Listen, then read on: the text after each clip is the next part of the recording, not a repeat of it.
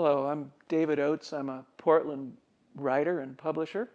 I'm sitting with Shavaun Scott in her home, and we're about to have a nice long conversation about a book that she's just released called The Minds of Mass Killers. I've read this book over the last couple of weeks, and I feel so much more deeply understanding of some of these really seriously troubling events that we see in our culture.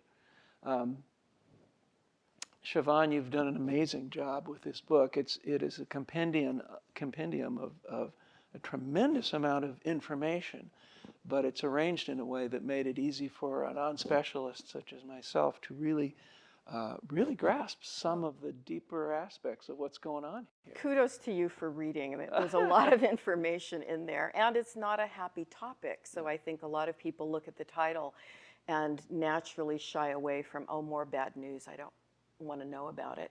But my thought is, I want to see this change, and it's not going to change until we understand the problem better than we do. Yeah, well, this is certainly groundwork for some really serious understanding of categories and states of mind that maybe a lot of us haven't thought much about.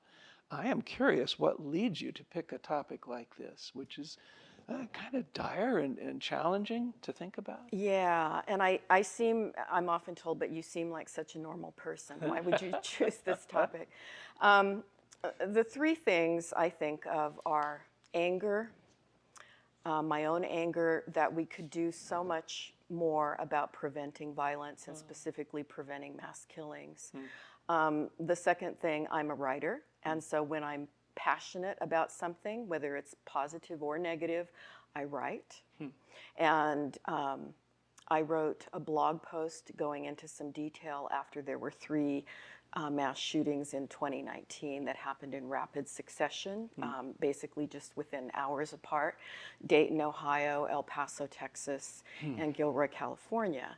And I was so upset about the chatter on social media that was all wrong and full of myths. And so I made the blog post. It became very popular, and an editor from McFarland Publishing saw it and wrote and asked me if I would do a book. So I was angry. I wanted to correct the myths. I'm a writer. And then because of my kind of interesting professional background, I've got a body of knowledge that I think your average person doesn't have, and I wanted to share that. You've had a long career as a psychotherapist, haven't you? 33 years now, my which sounds like a really long time. Yeah. But yes, my first job in the mid-'80s when I was working on my master's degree was in a drug treatment program with people who were either on probation or on parole. And I did therapy with these folks, both group and individual. And my first client, I will always remember, was a murderer who was out on parole. So I've worked with everyone from bank robbers, murderers, rapists, pedophiles, basically the whole gamut.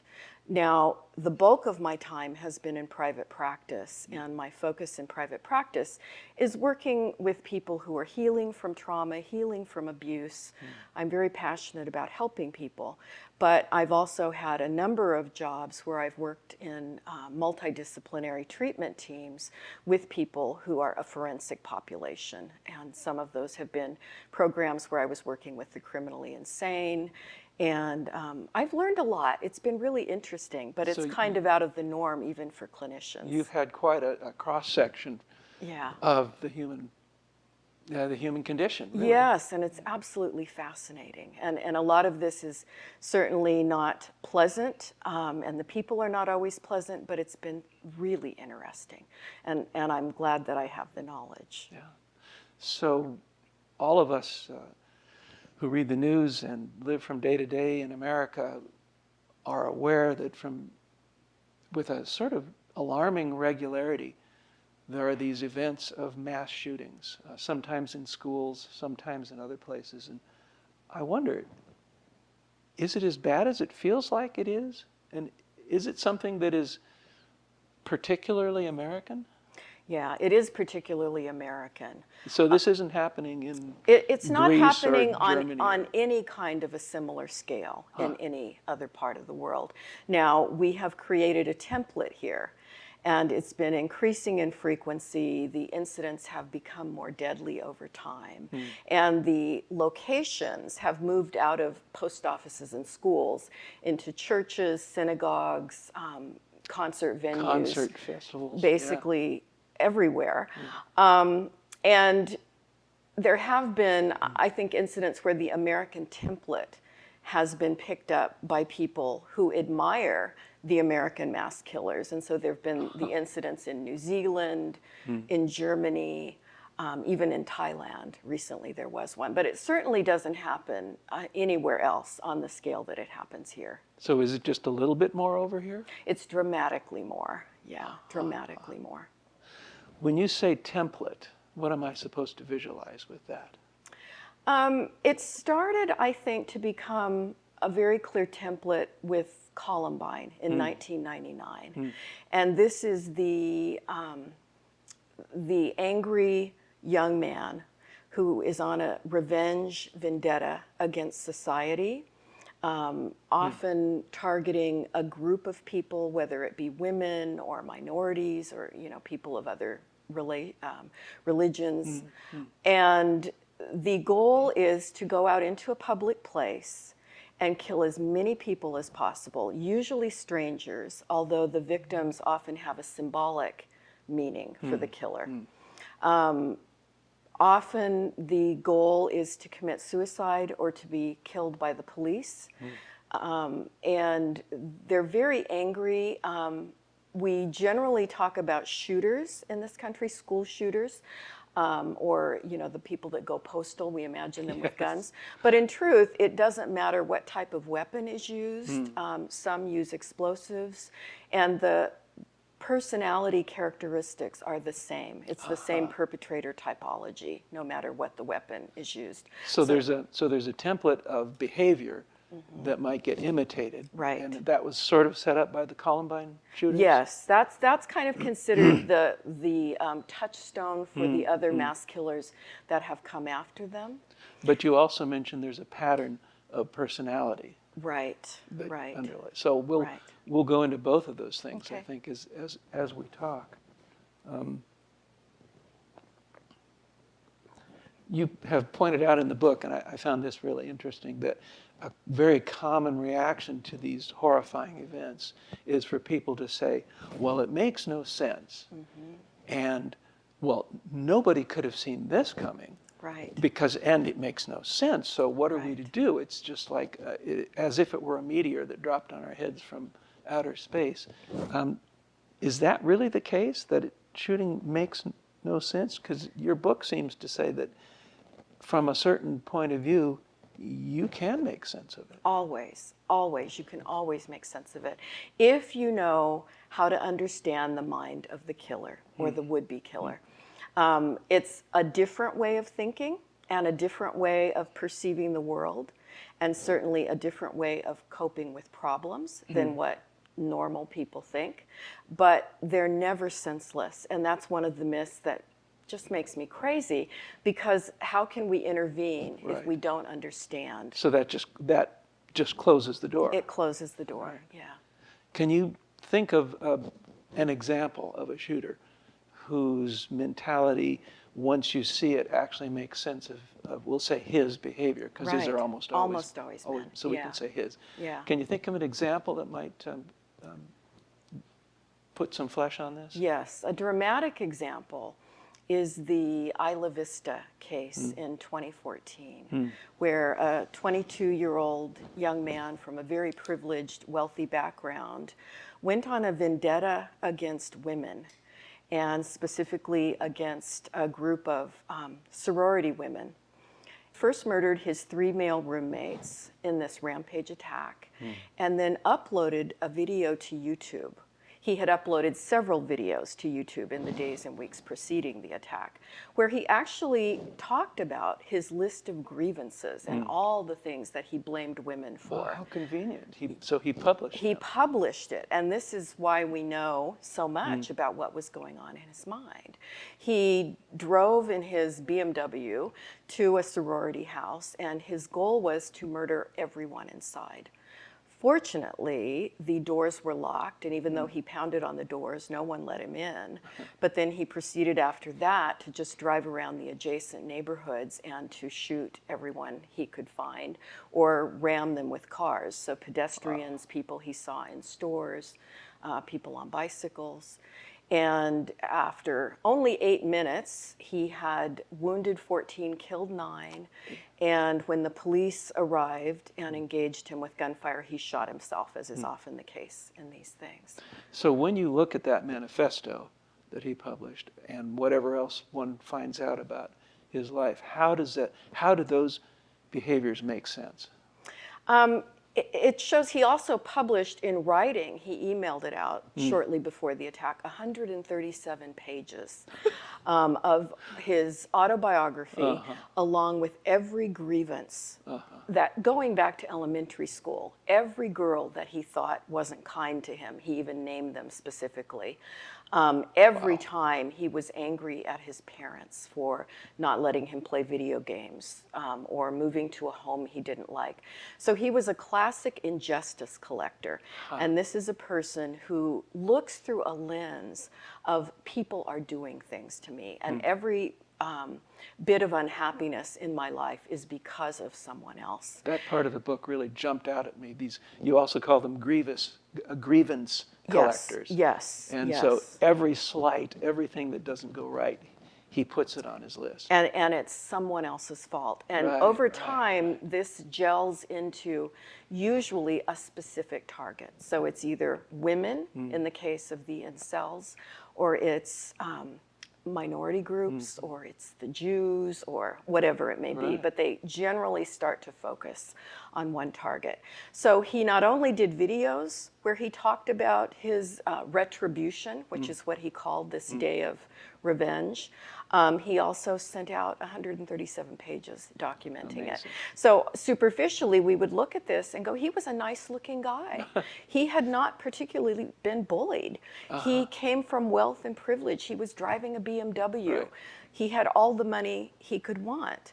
But because he had not developed in a lot of ways that made him successful in interpersonal relationships, he focused on women and became so enraged and developed this very distorted view of the world. And therefore, it was worth dying for. Because as he said, I would rather die famous than be nothing in my life. And he felt like he was nothing. So in terms of the logic, let's call it this, of how these insane behaviors make sense, he starts with collecting grievances. He has someone that he blames, or some category of people. He thinks that these actions are going to bring him notoriety. Notoriety, yeah. And how does this solve his problem? Exactly. Well, in his mind, how is this a solution? There's a sense of godlike power that these guys often feel. You know, another myth is that, they're terribly upset when they do these things. I think in the actual commission of the murder, they're elevated. They feel great. They feel powerful. And so there's a sense of godlike power, and then this sense of, I am going to be infamous. The Columbine killers were joking on some of the videos that they made about which director was going to be making the movie about their lives. And there's a lot of fantasy going on that doesn't make a lot of sense, because it's as if they think, which is very adolescent thinking, that they're going to be somewhere else watching everybody make the movie about them and talk about them forever. And in the Columbine case, it's actually been unfortunately true that they have become turned into folk heroes. And there are communities still on Reddit that are focused on them, and people still write about them and talk about them, which I think is really unfortunate, which is the reason I don't use their names.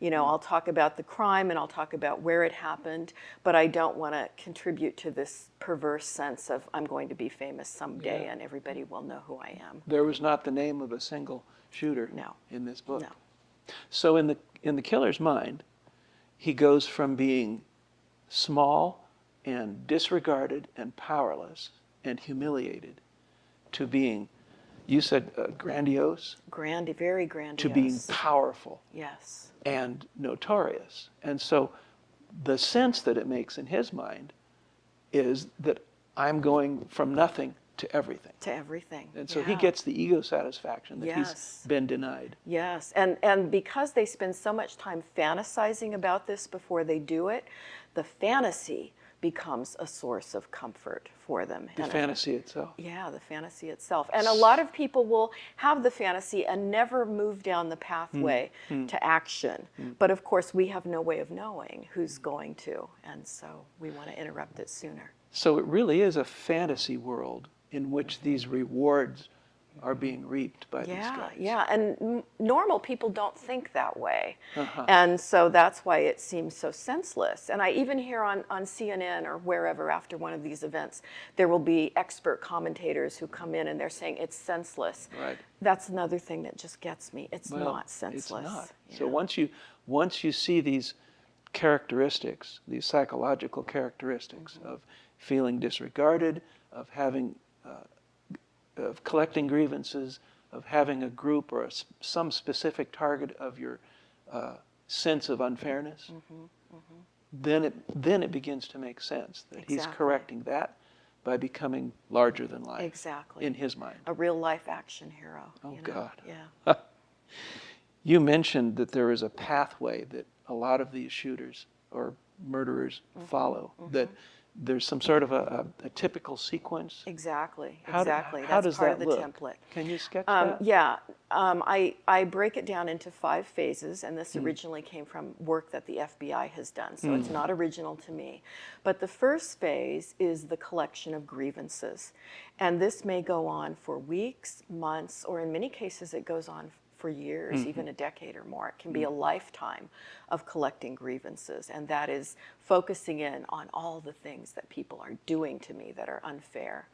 And that comes to include almost any kind of slight Exactly. that might happen in a grocery line or at a stop sign. Exactly, yeah. So that's a little crazy, although it's a human trait on some level. Sure, we all do it a bit. Yeah. But the injustice collector person, it becomes the organizing principle of their life. It's what he's really good at. Exactly, they're very good at it. Things people are doing to me. The phase after that is fantasy, where they start thinking about violence.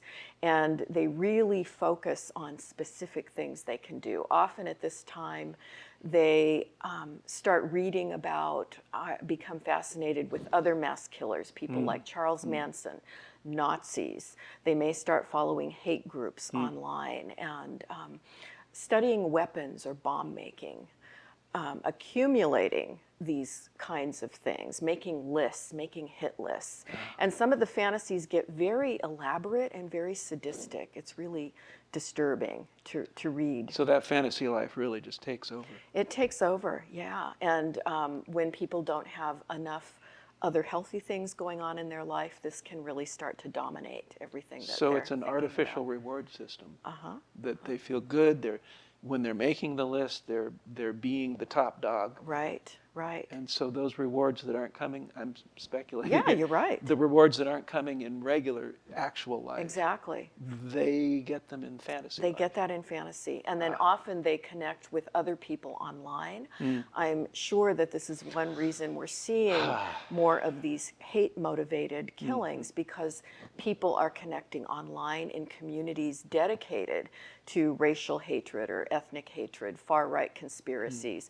And and of course the anti-women, misogynistic sites. Yeah. So they fantasize, they communicate with each other, they share stories, they get active on Reddit where they're reading about other killers all the time. And then they move to the next phase, which is actually planning. And this is when they may set target dates for what they want to do. They scout locations. They buy weapons or make bombs. They go out target shooting.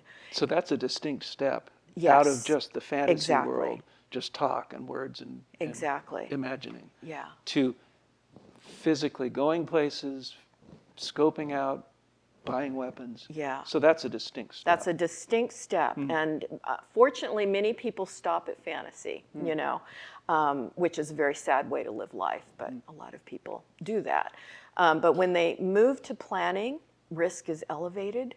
And then the final two phases blend together, but it's breach and attack. And sometimes people go to great lengths in the breach phase where they actually go to the location.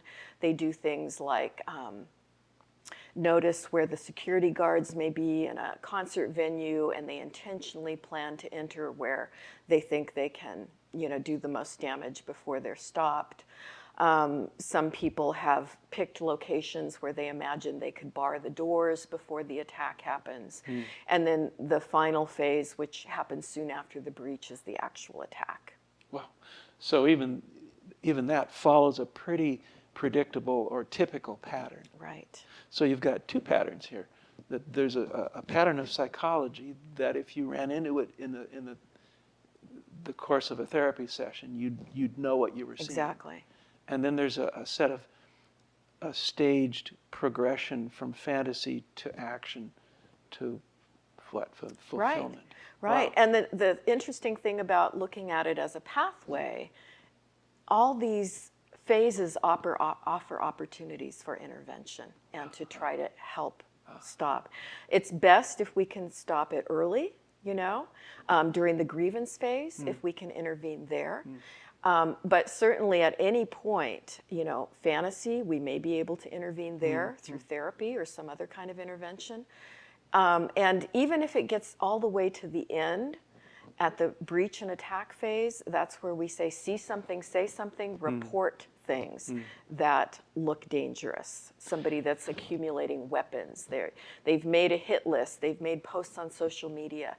So your book uses the term leakage in discussing how you get insight and maybe possibly opportunities for intervention.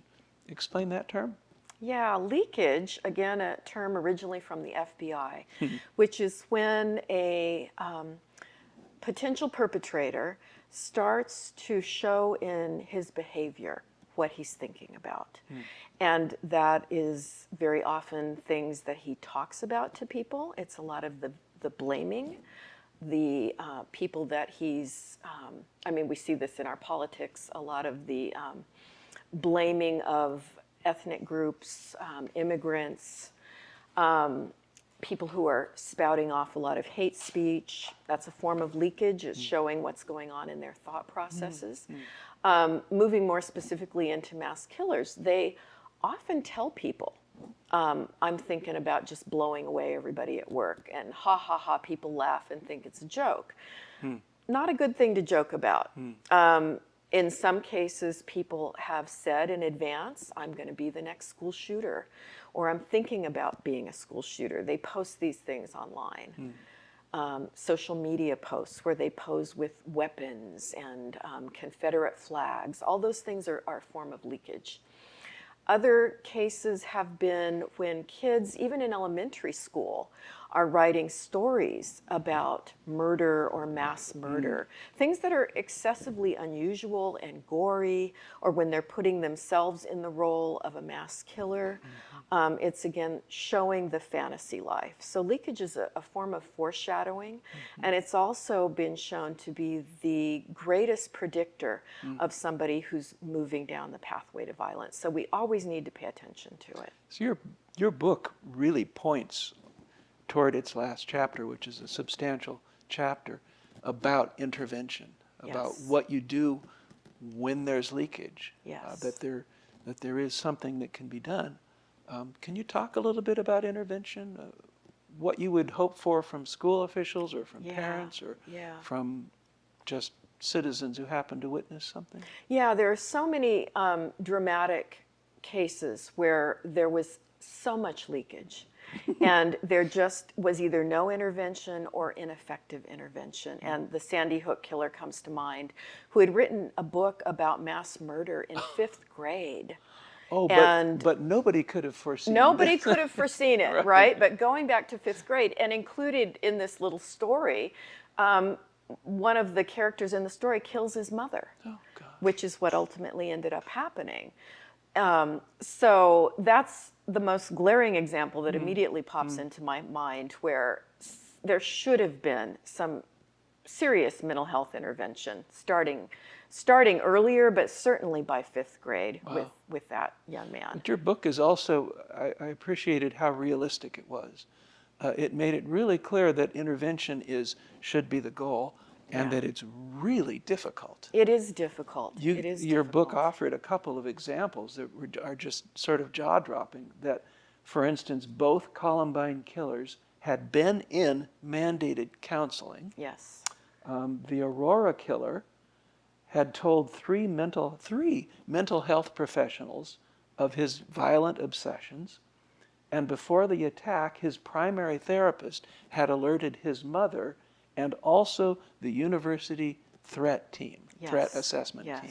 Yes. And so all of this leakage had been noted and flagged, and yet, why is it so difficult?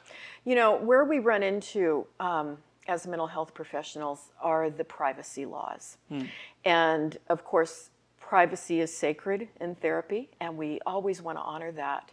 But particularly in the Aurora, Colorado case, where the perpetrator went into therapy saying, I have obsessive thoughts about murdering people.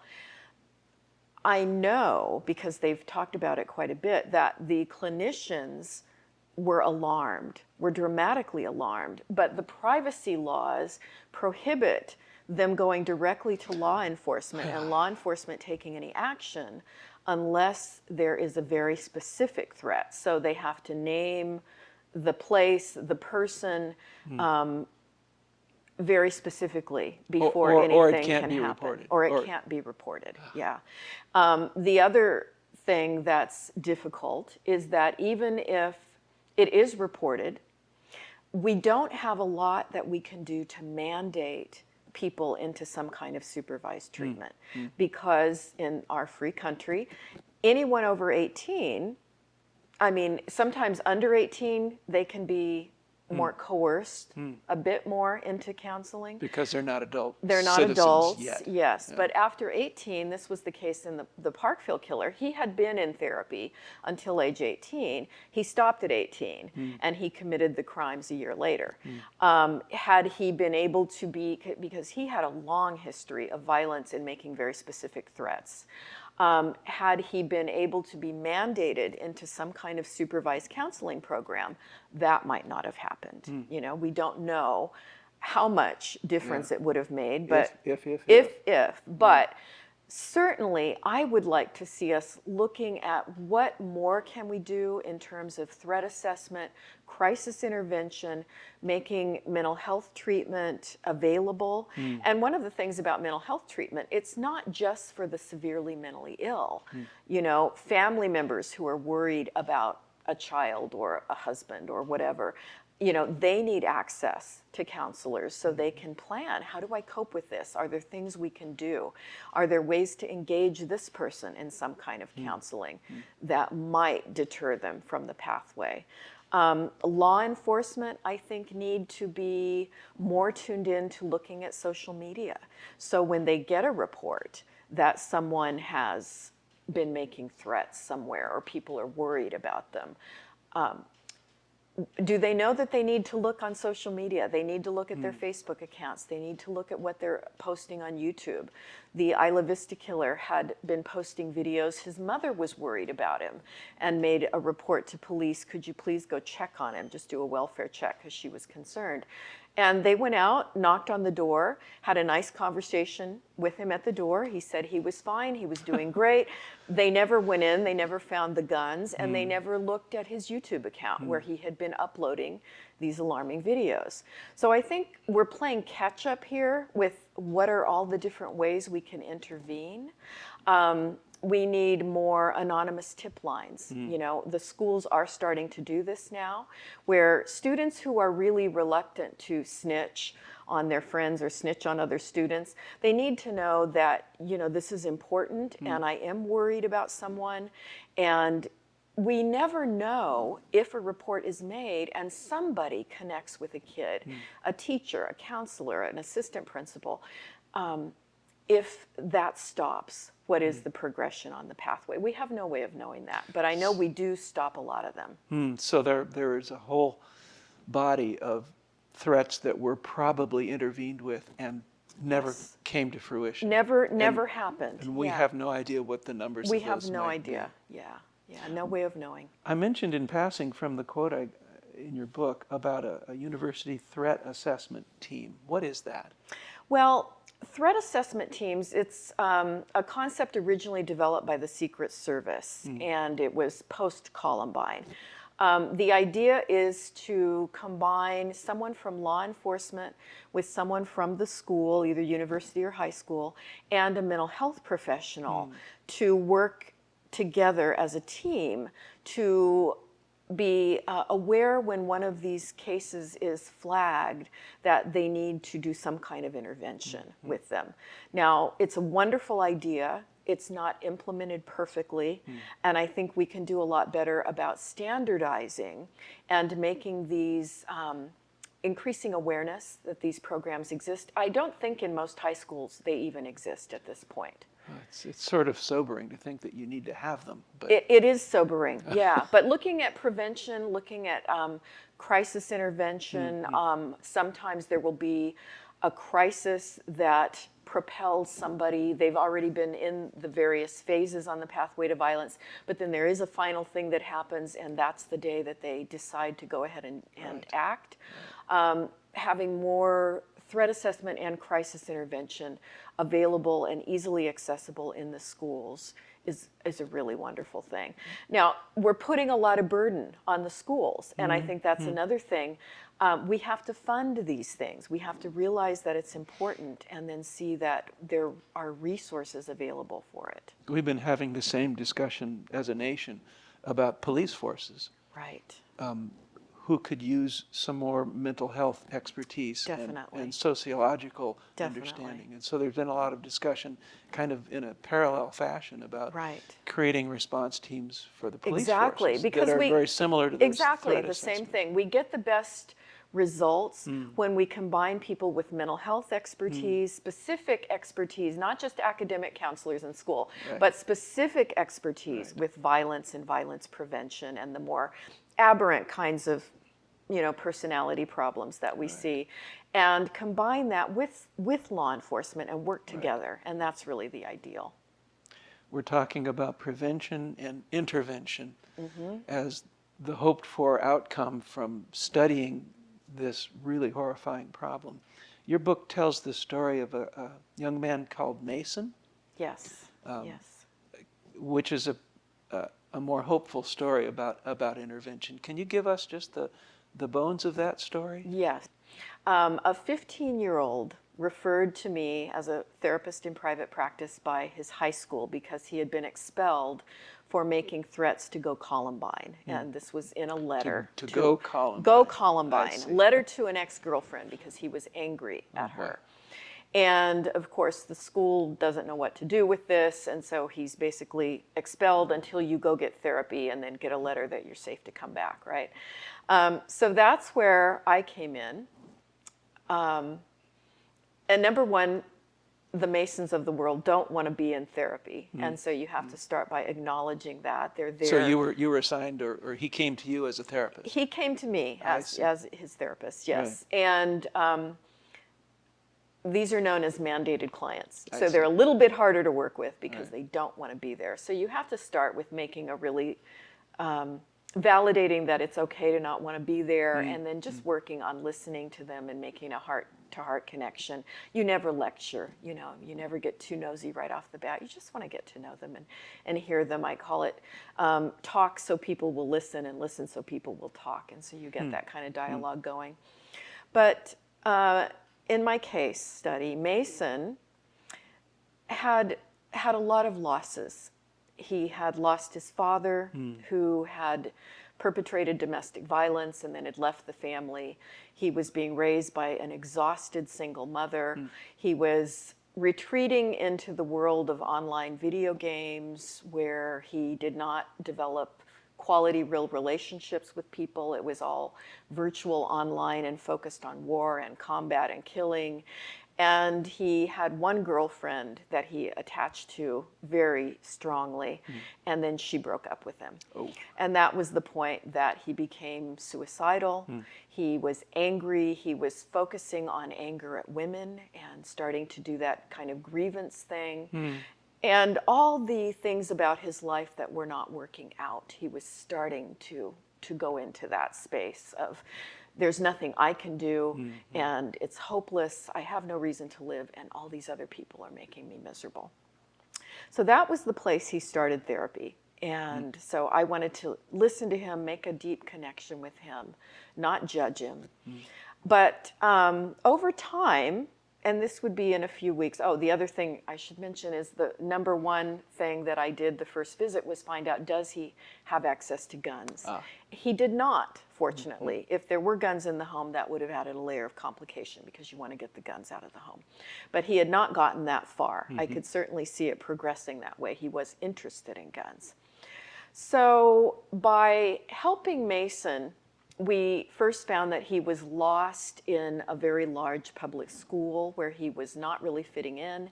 He didn't have friends. He was not being bullied, but he was starting to bully other people, which is another thing that happens. Not all mass killers have been bullied. Sometimes they are bullies. And I wanted to see him in a different educational environment, something that would be smaller and more personal, where he would start to feel like he was important and he mattered. And I was able to get him into the local continuation school, which really was a good fit for him. It was very small. He got to know the teachers very well. He started doing art. He became active in a chess club. And he started gaining a sense of self-worth and purpose. And as I always say, you have to feel that life is worth living. And if you feel like life is worth living, you don't turn to mass murder as a solution to your personal problems. And the word that jumps to my mind about what you just described is also connectedness. Connectedness was so Chess important. club, this teacher, that teacher, this other student in the same club. Exactly. And so he was gradually able to move out of so much time in the virtual world and playing war games into doing art and into other, he was very smart, and so into more intellectual interests. I also worked with his mom. I saw his mom once a month, and just trying to help her deal with her level of stress and give her some coping mechanisms that she didn't have, and helping her connect more deeply with her son so that their relationship could improve. So basically, I saw Mason for 2 years. He graduated high school. He invited me to attend his graduation. It's not normally something I would do, but in a case like that, I felt it was appropriate and really meaningful.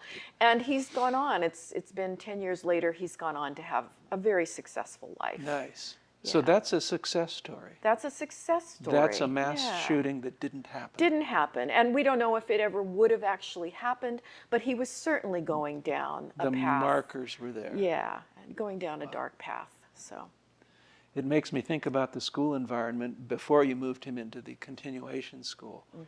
You mentioned activities that make a student feel successful and connected. yes, so important. Chess club, music, band, Yeah. athletics.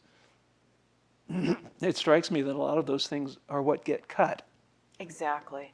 in our drive over the last 10 or probably 20 years on the basics, right? We've been frantically hammering on the basics and cutting the frills, as they're called. And yet those things seem to be really essential to giving a lot more students a sense of belonging and placement. A sense of purpose and Yeah. a reason to live. Yeah. Really, we need that. People need to feel successful. And I think that's where we're prioritizing one little area of human knowledge and leaving out. Leaving out the human dimension. Exactly. Really. Yeah. It's tragic. Yeah. One of the ironic results that has happened from the school shootings is that a lot of schools have been hardened. Yes. That's the term that I Yes. learned from your book, and I have seen it elsewhere.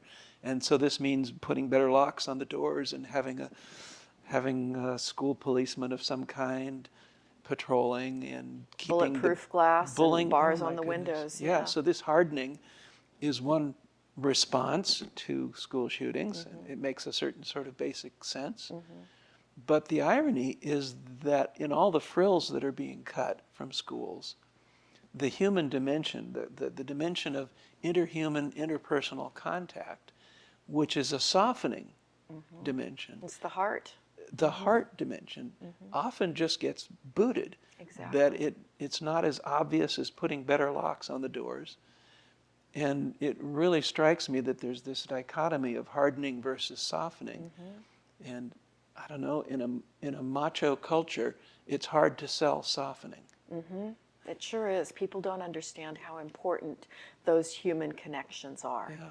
That a music class, a functioning band, a music appreciation class, good sports teams for boys and girls.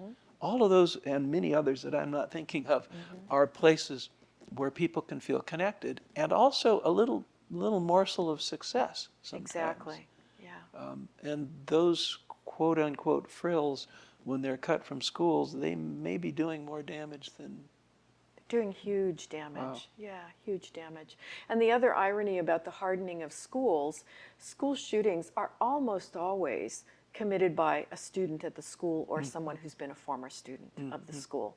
So, the idea that we're building these fortresses to keep out outsiders who are going to come in and storm our schools, that's not where the threat is coming from. The threat It's is already inside. Already inside, Wow. yeah. To quote your book, when trusting relationships have been built between kids and adults in a positive school environment, it's far more likely that those students who see something will say something.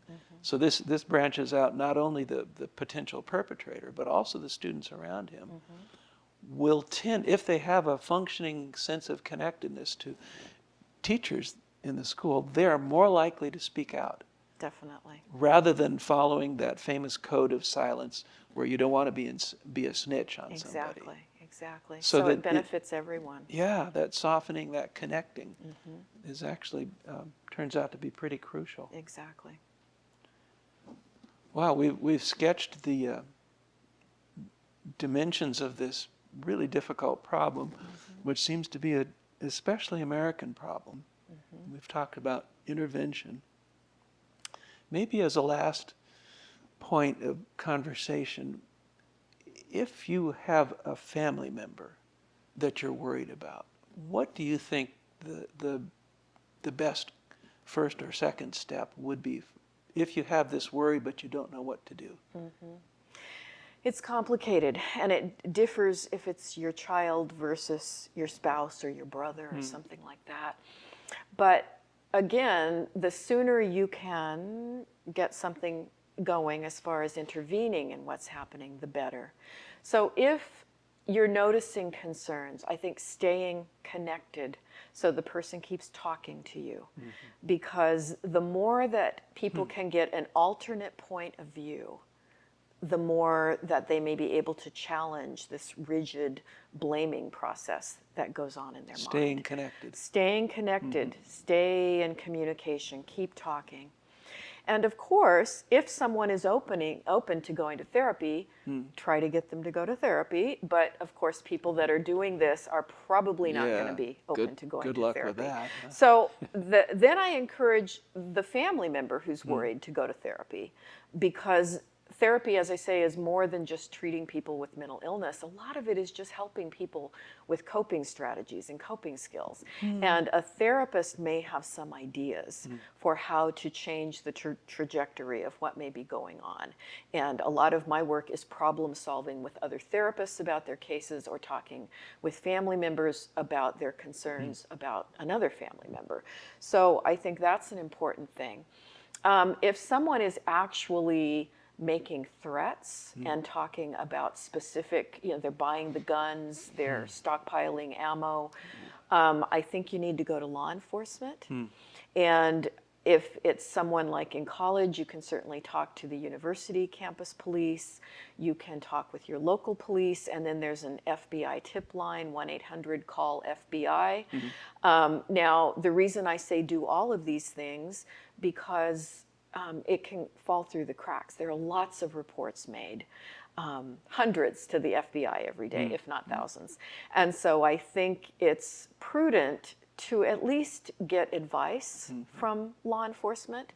If you don't want to say who the person is, you can just call and say, this isn't a situation I'm concerned about.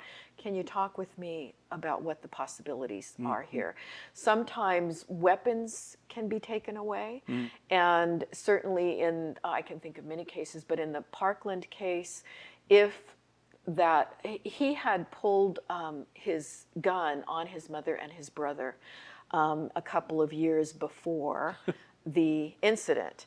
And if that, they did not report that to the police. If that had been reported to the police would have at least confiscated the weapons.